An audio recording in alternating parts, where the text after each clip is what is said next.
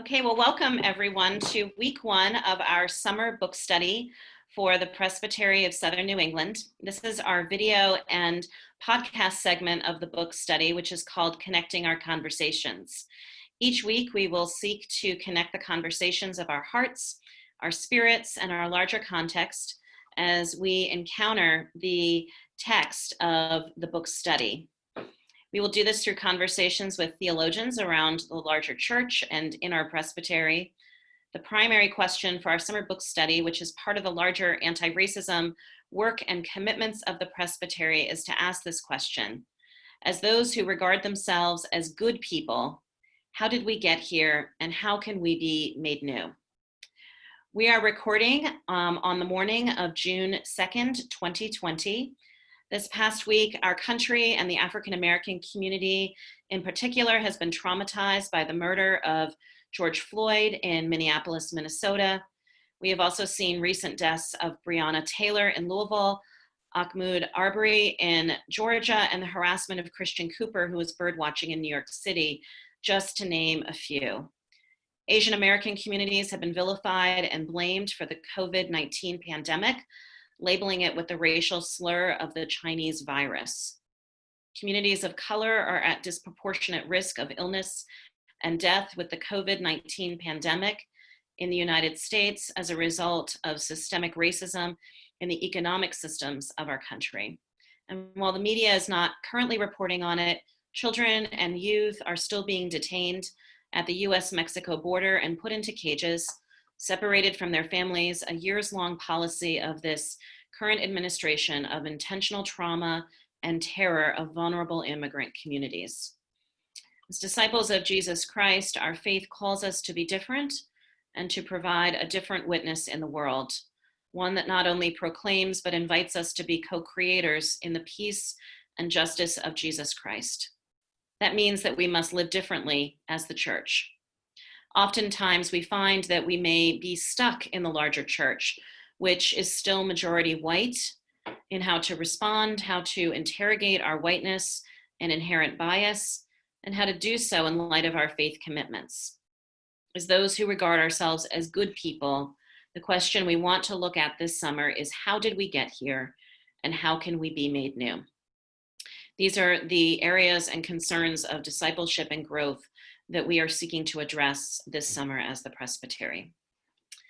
In our book of order, The Foundations of Presbyterian Polity, we find these words about God's mission. These are the first words in our book of order. The good news of the gospel is that the triune God, Father, Son, and Holy Spirit creates, redeems, sustains, rules, and transforms all things and all people. This one living God, the scriptures say, liberated the people of Israel from oppression and covenanted to be their God.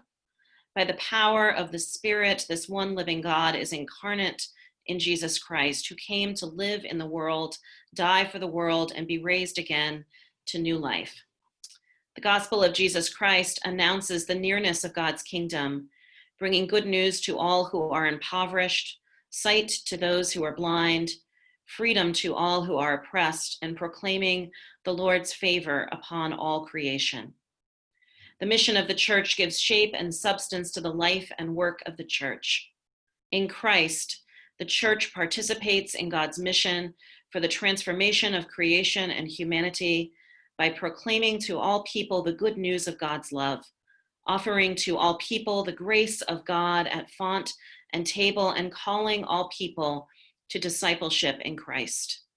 Human beings have no higher goal in life than to glorify and enjoy God now and forever, living in covenant fellowship with God and participating in God's mission.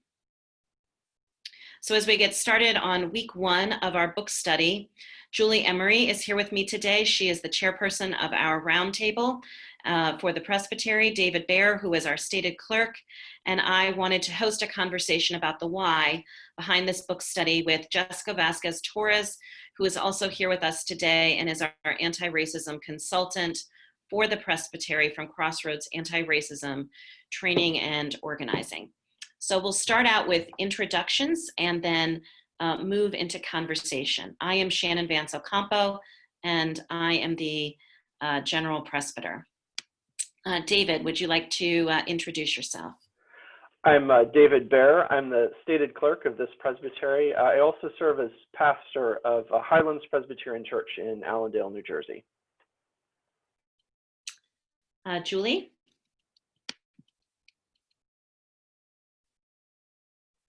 Sorry, I had to unmute myself. I'm Julie Emery. I'm pastor of Westminster Presbyterian Church in West Hartford, Connecticut, and also current chairperson of Roundtable. And Jessica? My name is Jessica Vazquez-Torres, and I am National Program Director at Crossroads Anti-Racism Organizing and Training, and I live in Decatur, Georgia. Fantastic. Well, welcome to everyone. So Jessica, we want to get started with you. So Jessica, I'd like for you to start us out by sharing a little bit about why, as our consultant, you thought that this book, The Person You Mean to Be, How Good People Fight Bias by Dolly Chugh would be helpful for our exploration and these next steps for us as a presbytery. Thank you.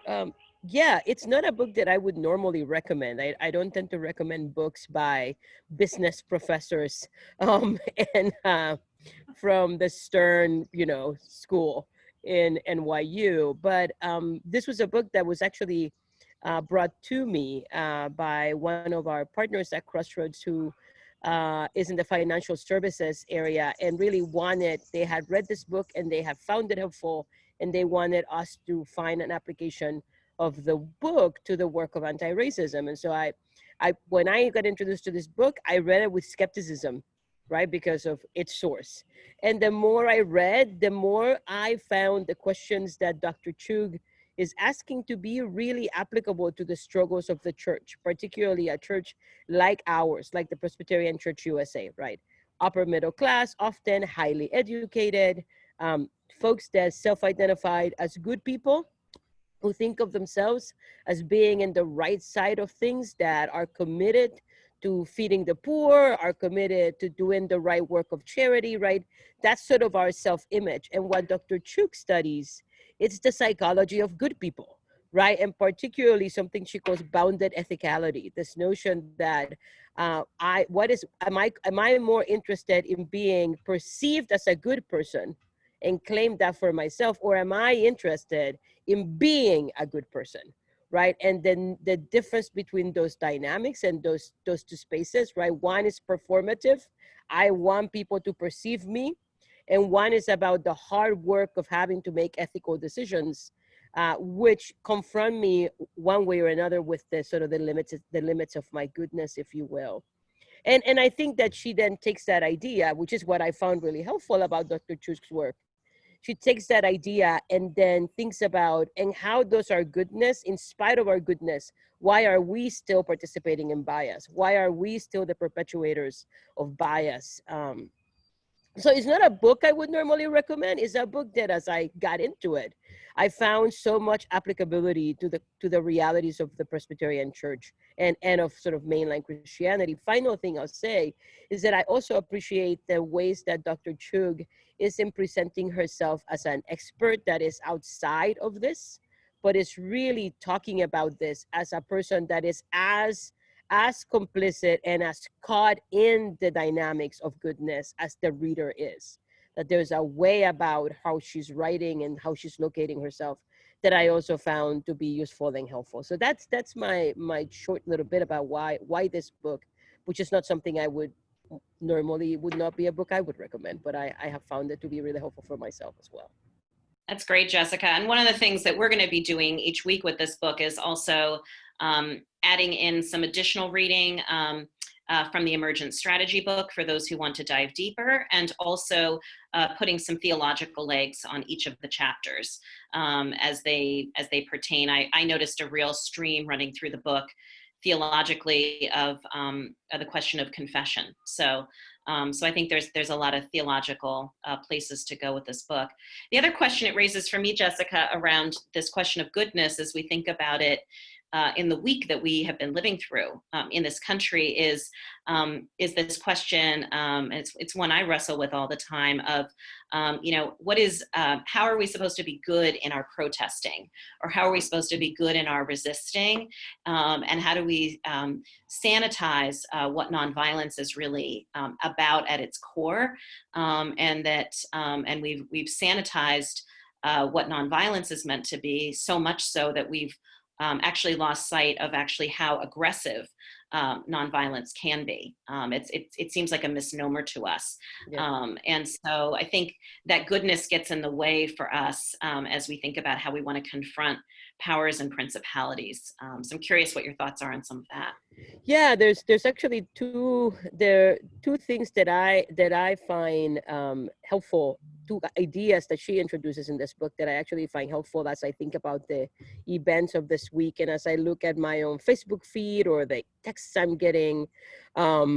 One of this idea of a fixed mindset, this sort of this way of being in the world, this way of thinking in the world, that makes us prone to very binary ways of thinking, either or, good or bad, right? I have a particular set of ideas that are fixed in place and cannot be moved. And I do, when I look at the ways that people in the news or in the newspaper or in the commentators are looking at, they want to create these two very distinct narratives, right? The good protesters and the looters, or the good protesters and the vandals, right? And we spend all this time and energy thinking about who is doing it, who is, right? And in the identification of the who, we lose sight of the why.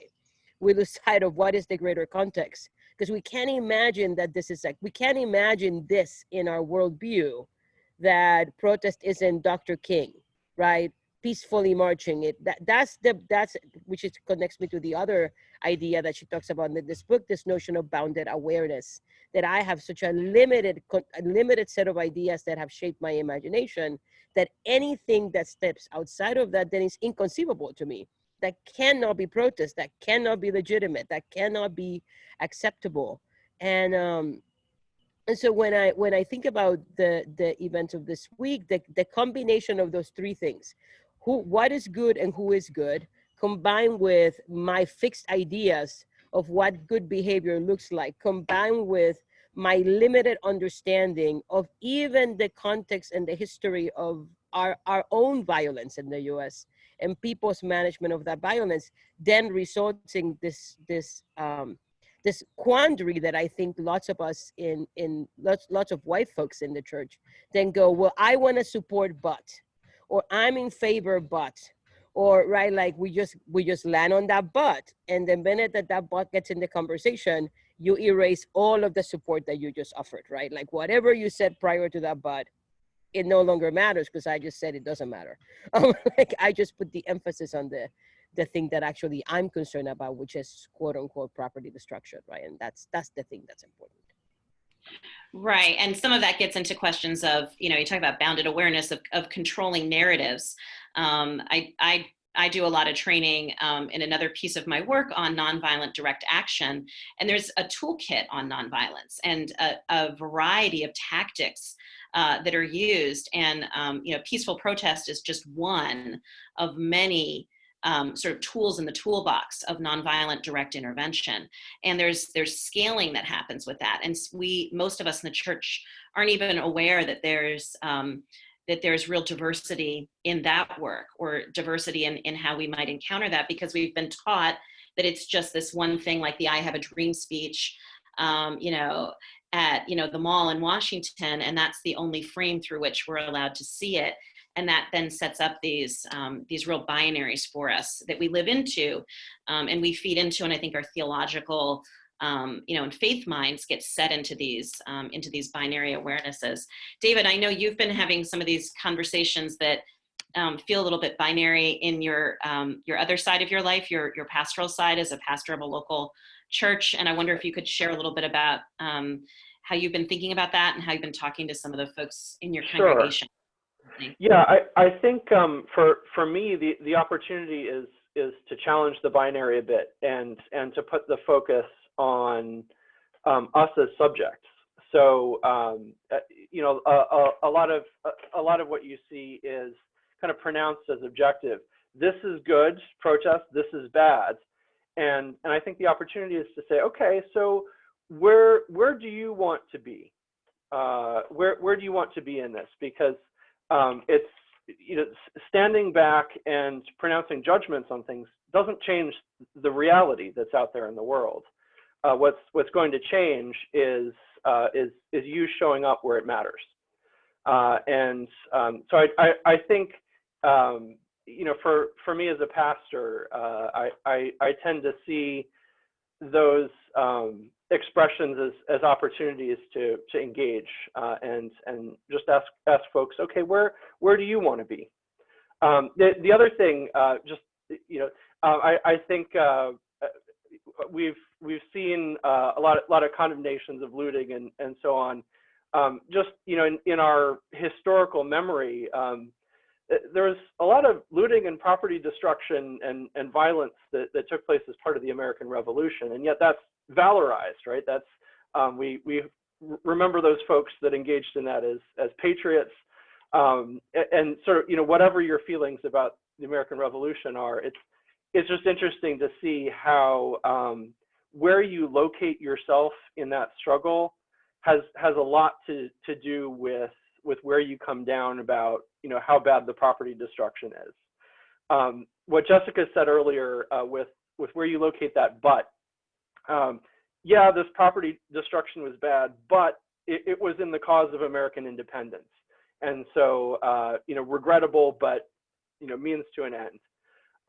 And I wonder if we started reversing some of the but, you know, rather than the systemic injustices visited by police on African Americans and other people of color are terrible, but, you know, property, what if we go the other way with that?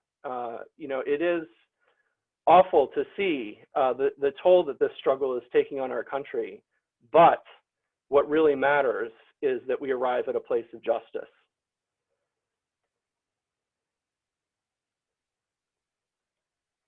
Thanks, David, for those thoughts. I think that's really important, is to begin interrogating ourselves as people of faith and where we locate ourselves, but also how do we notice people and also notice the pain that is deeply present in many communities, and maybe how that pain isn't shared in our communities and how we enter it. So Julie, I'm curious, as you consider this book as a leader and as someone that's been working on this journey with us in the larger Presbytery, if you talk a little bit about why you feel this book is going to be important for us as a Presbytery, and how, as you first were looking at it, you described it to me as you thought it was kind of like a little bit of a soft book up against some of where we were, you know, as a society, and then, you know, kind of where your thinking has landed, and how you're encountering it as you're beginning to work through it. Yeah, so I guess a lot of the book so far, as I've gotten into it, is about our internal processes. And so I think that's part of it. And I guess I'm going to kind of draw this back to Jessica and ask a question here. So at the beginning, Dolly Chugh starts to lay out the difference between believers and builders.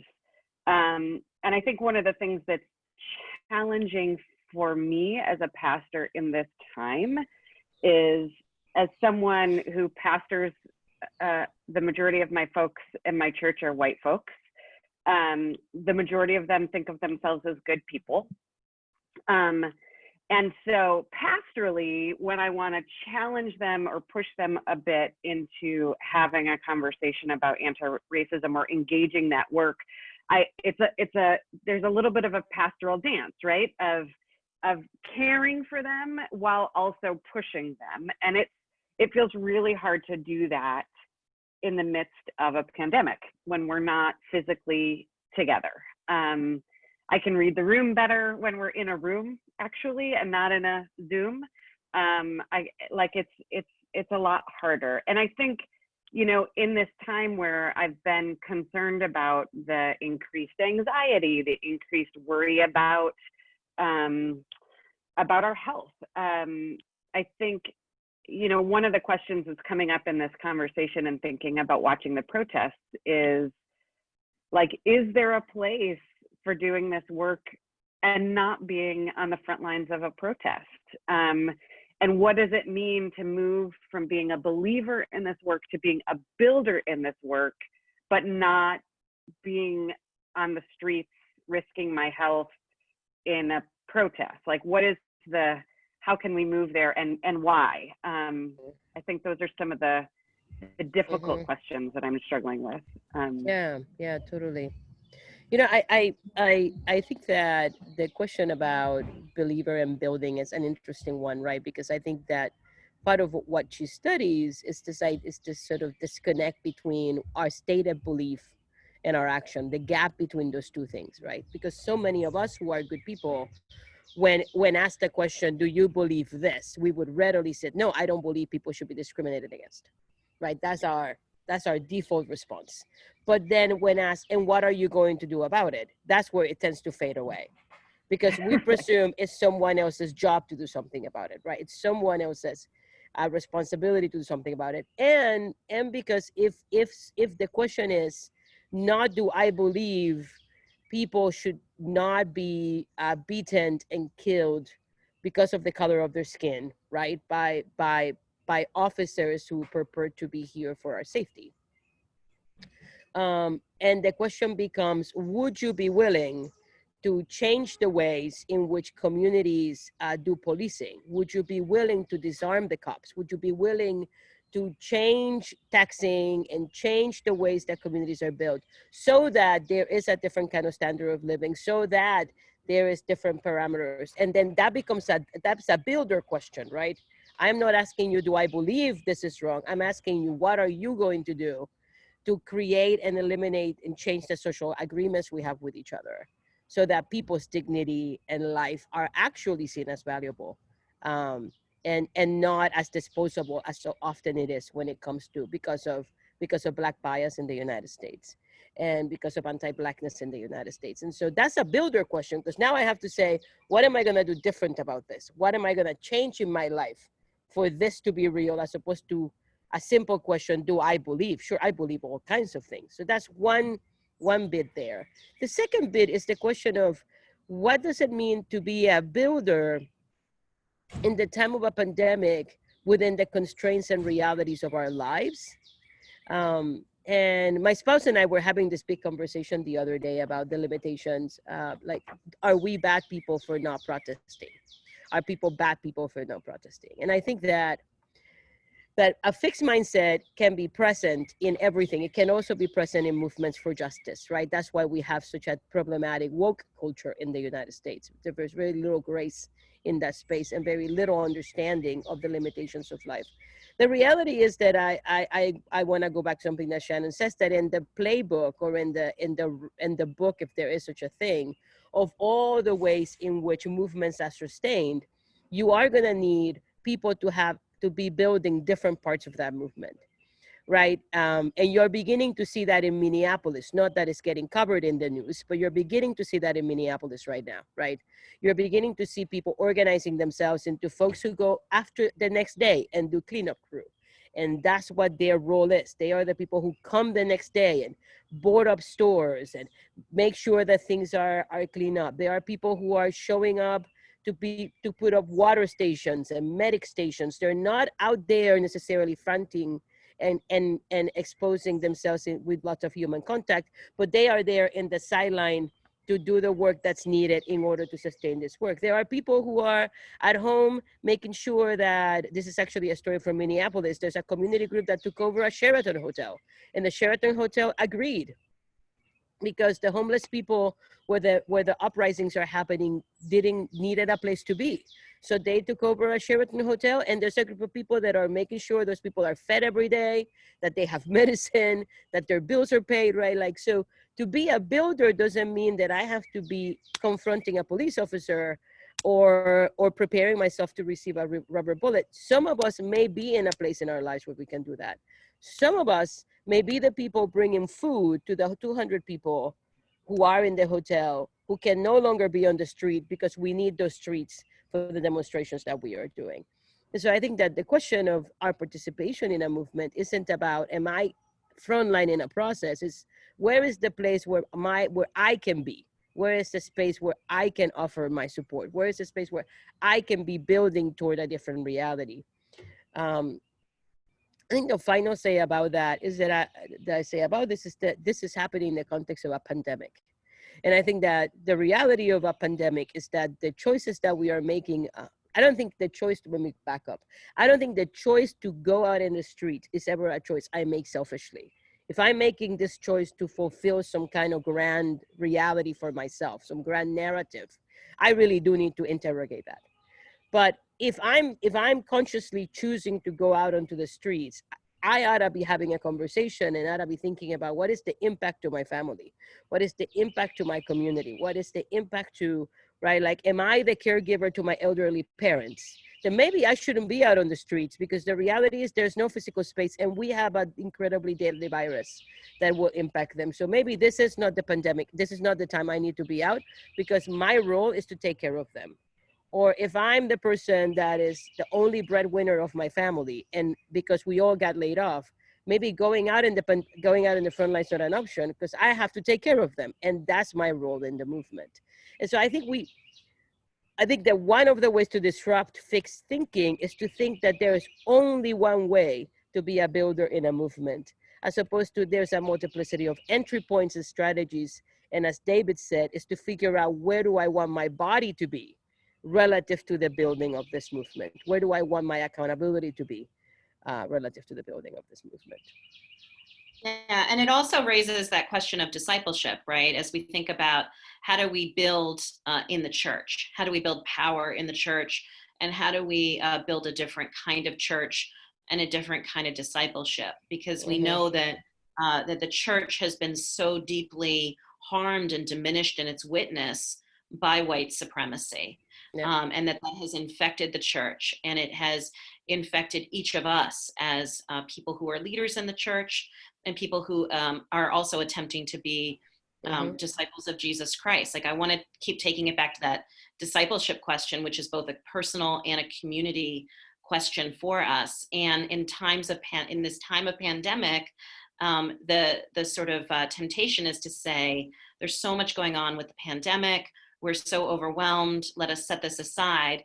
But the real question is, what are we building during this time, so that when we are no longer in a time of pandemic, we can be different, but we can also move into that being different at this time. And that's going to take personal work, and it's also going to take community work. And that's also a piece of building and a piece of movement building. And we're not in a very healthy place, most of us, in the church right now, to be useful to the larger movement of racial justice, because white supremacy in the church has sort of prevented us from being our best selves and in that discipleship. So I think that's one of the other goals that we have this summer as a presbytery, is to say, our role as a presbytery is to build strong and healthy communities of faith within the geographic bounds to which we are responsible, right? That's the fundamental role of a governing body in the PCUSA. And so this is one of the pieces we really want to dig into at this time, as we build healthy communities and build and deepen new discipleship amongst ourselves, and say that we can be different to the communities around us and welcoming. So I think that's another piece I think we've all talked about at different levels of why we've decided to go in this way. I'm curious if any of you have thoughts about that as you do that individual and community building work. The quick thing I have very quickly, and I'm going to stop talking, but I keep thinking, as you were talking, Shannon, about, so I love the Gospel of Mark. I, by and large, hate all the other Gospels, but I love the Gospel of Mark. I hate John. But I sort of like Luke. And then, like, if my preference is Mark, Luke, Matthew, John. It's like short and sweet. Yeah, and I like it's direct, it's to the point, right? But the other thing the reason why I like Mark is because I think Mark, for me, reflects the struggle of the church today and what it means to be a disciple, right? One of the big themes of the Gospel of Mark is the inability of the disciples to apprehend what is happening around them, right? It's like they're convicted of something. They feel like they need to show off for Jesus. They want to follow, but they don't know why, right? It's like they keep following, and so then when presented by the challenges that Jesus offers them, they're always dumbfounded. Like, what do you mean feed them? Like, I don't know what you're talking about. And like, you're watching Jesus going like, dear Lord, like how many times do I have to tell you this stuff, right? And so you see this over and over and over again in this gospel, these people that are following, right? They have left their nets, they've picked up, and they're following this person about. And whenever the person that they are following asks something of them, they're like, we're confused. We don't understand what is happening. And because the Gospel of Mark was meant to be a performance, right? Was meant to be orally presented as a whole body, right? It wasn't meant to be segmented. It was the full story, and the full story offered to all of us. Then all of us know something that these people don't know, right? All of us as the audience know the outcome. Right, all of us as the audience know there's something here that they are missing. And I think in many ways, that is a little bit of the challenge of discipleship of a North American Christian mainline church today. Everyone else knows. And we are the ones unable to see what is demanded of us at this time. Right? Everyone else that's left, all those people that have given up on the church, have given up because we can't see. And they keep looking at us and they keep saying, why can't you see it? Why are you so concerned with your building? Why are you so concerned with the bottom line? Why, right? Like, why don't you want the carpet ruined? Right? Like, if there was ever a moment for discipleship, it's today. Like, every single church should be open as a place of refuge and sanctuary for people who are protesting. Every single church should be open with a medic station and a water station and bathrooms and food. Every single church should be open in a strategy and partnership with community so that the people who are unhoused have a place to be and are safe and are away, right? Every single church should be sending brigades to clean up and to do boarded up and to make sure they should be redistributing their funds, right? Like to bail people out of jail. Like it really is a no-brainer on what does it mean to be an active participant and follow leadership at this time and to have our proper place in this conversation. But we're like the disciples of Mark, right? We're sitting around going like, I don't know what you mean when you say feed them. we don't understand. There's not enough. And right. And the other word that comes up constantly in Mark is immediately and immediately and immediately. And they can't catch up with the demands. And I think that's how oftentimes in the mainline church, we feel like we can't, everything feels immediate and like we got to move quickly. And yet we don't know how to. And yet we see all these people and movements around us being able to pivot quickly and being able to move quickly and being able to respond in the immediate. And so what is it in our discipleship that's holding us back from immediacy? Because we're so busy having this sort of like, this like head game going on that's holding us back. And I think that's a lot of what the writer's getting at in this book is, you know, what's in that mindset piece that's holding us back from that immediate intervention and that immediate being able to respond, because we're constantly saying, well, is that polite? Is that okay? How will I be seen? You know, the internal conversation, which is really challenging. Sort of the last question as we close up, and Jessica, you've touched on some of these, but there's you know, these sort of like meta themes in the book of believers versus builders, bounded awareness, fixed mindset. And I'm just, Jessica, as we have you today, just to say a little bit more about those three pieces that are foundational in her book, and how they show up in white supremacy culture, and how that white supremacy culture tends to show up in the church. So I want to invite Julia and David here as you've been reading, what examples have you thought of your own life? Because I certainly can think of some, right? Like, so in thinking about fixed mindsets, right?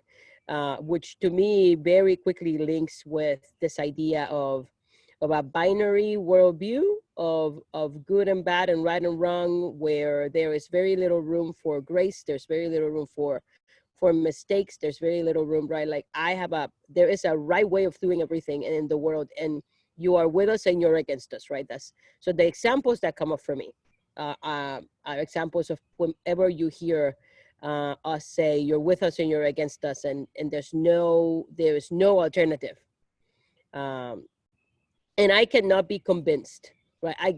There's nothing you can say that will convince me otherwise, because I can't imagine this is the world as I have constructed it. This is the world. I live in a box, and that box means there's a set of values, there's a set of beliefs, there's a set of things that make us. That's what comes up for me. And so that's what I understand as a fixed mindset to be in a short little bit. When I think of it, and so David and Julie and Shana are wondering, as you read, when you think about that manifesting in your lives, how did it manifest? I know that for me, it definitely manifests in my, when I go into another term that she uses, when I go into a place of threat, meaning somebody interrogates my intention, then I immediately just become like fixed.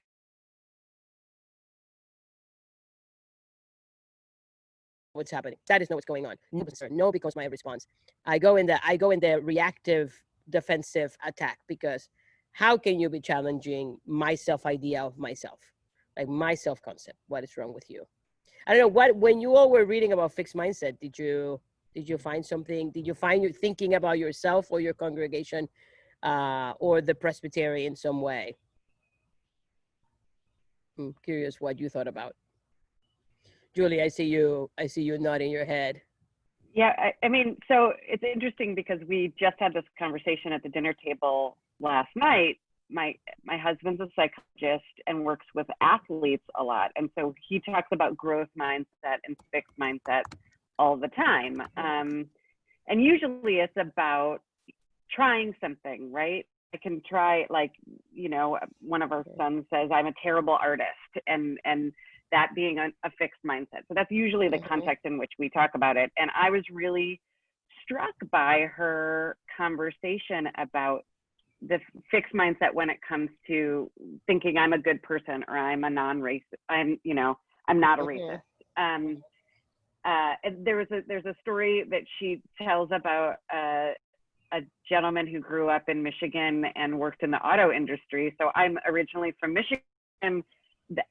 There was a lots of pieces of that story that run like hit very close to home. The other story that she tells about the gentleman in the film industry who thinks of himself as egalitarian, like believing that women can do everything that men can do, and like things. I mean, she gives some great examples about that are very much my own examples. I think of myself as, an anti-racist, and yet I know that when I drive in certain neighborhoods as a white woman, my anxiety automatically goes up. And I know, like, I've learned to interrogate that, but I also know that those are just internal pieces that I have been bred into. And so I thought, there were a lot of stories in there that I felt were really applicable. I was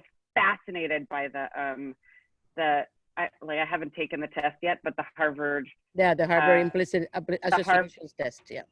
Absolutely, I'm fascinated. I want everyone I know to take that test. Like, I think it's, so there were a lot of pieces in there that I agree that I think are really applicable to kind of moving past this feeling that, like, this doesn't apply to me. I think this is what we see in the news also, is this, like, yes, God needs to transform our society, but God needs to transform those people, those other people.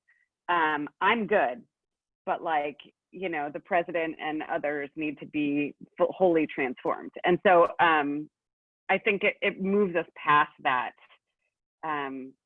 It's just, yeah, so those are part of the things that struck me so far.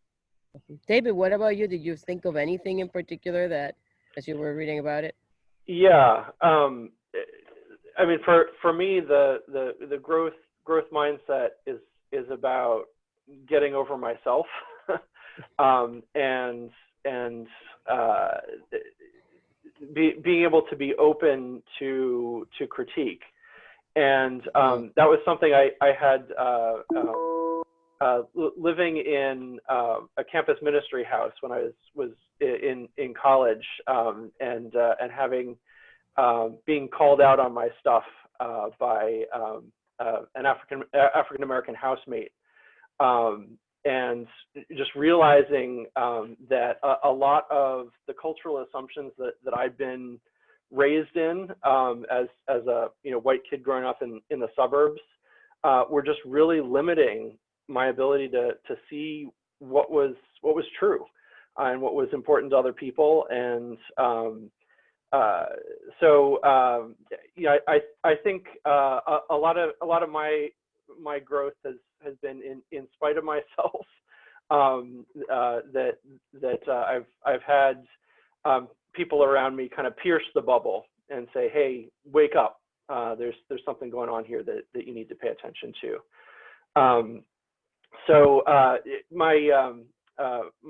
My spouse is an educator and has been marinating in this growth mindset material and Carol Dweck and for some time now.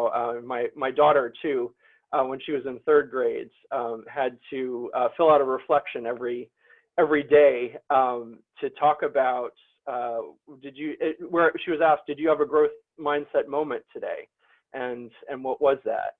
And that just strikes me as a good discipline to get into, that we need to be looking for those things that challenge us, not as a threat, a personal threat that challenges our identity, but as an opportunity to grow and to escape from the confining limits that we've placed on ourselves without knowing it.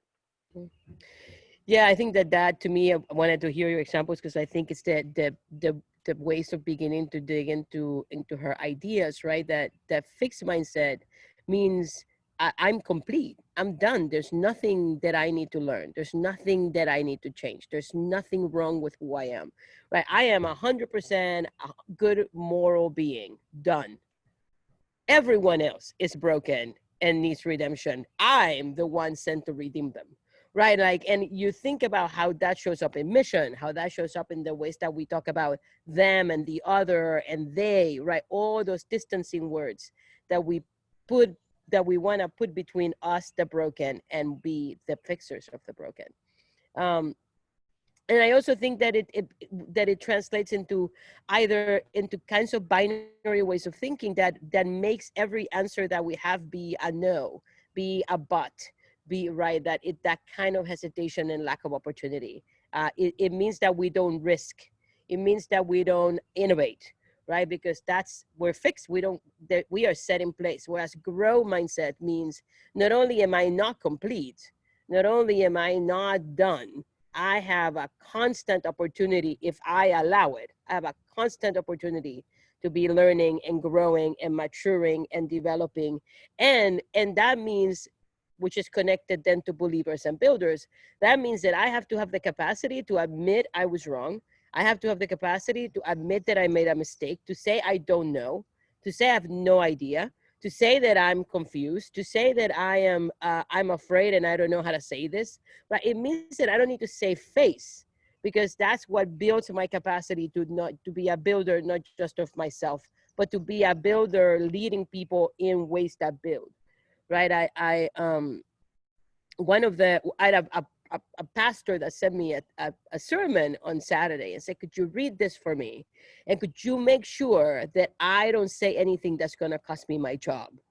And I remember reading the sermon, and I said to myself, why would you take any of this out?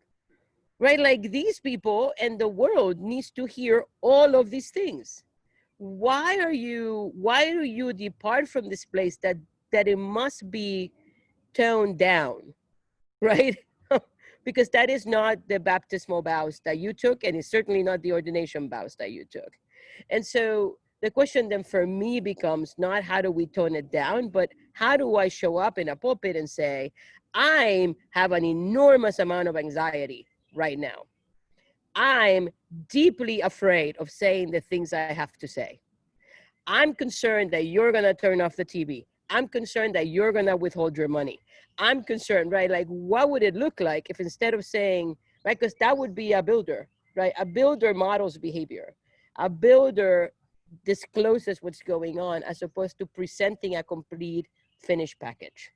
I think it's one of the reasons why I find this book to be useful for such a time. It's not as edgy as, oh my God, theology, let's tear it all down, but it's a way to begin to interrogate the things that actually keep us from being the people we need to be at this time.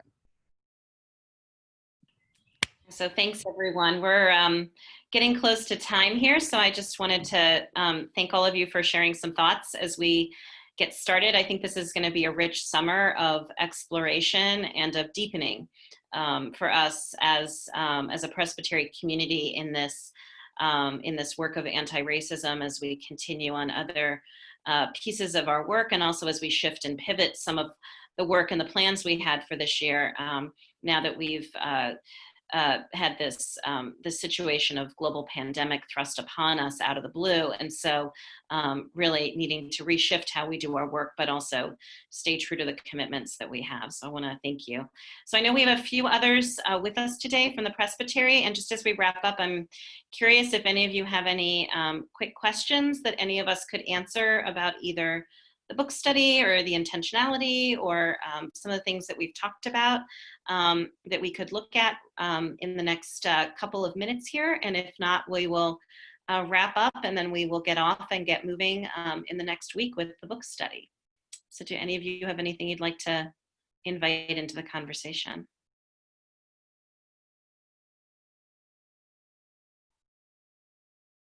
Pam, yeah, you gotta unmute yourself. I have a question because 60% of the congregation that I presently pastor as interim are from the Cameroon. And what's interesting with these folks is that I've begun about a year ago conversations with them about what they experience here in this country as people of color and what they experience in their own country, where I'm told it's less about color, although there's color involved, but it's also about tribalism. And so when we start talking about this, we're talking about all the ways in which we make each other other rather than all one. And they have not experienced the history of African Americans in this country. And I will be curious as time goes on, because I want to pastor them well. And in this time, since everything is sort of suspended, I'm there at least until December, maybe longer, because they really can't interview and do some of the things they need to do when they're not ready anyway. How to better pastor people who are experiencing some of the same issues in this country as African Americans, but who do not have that history.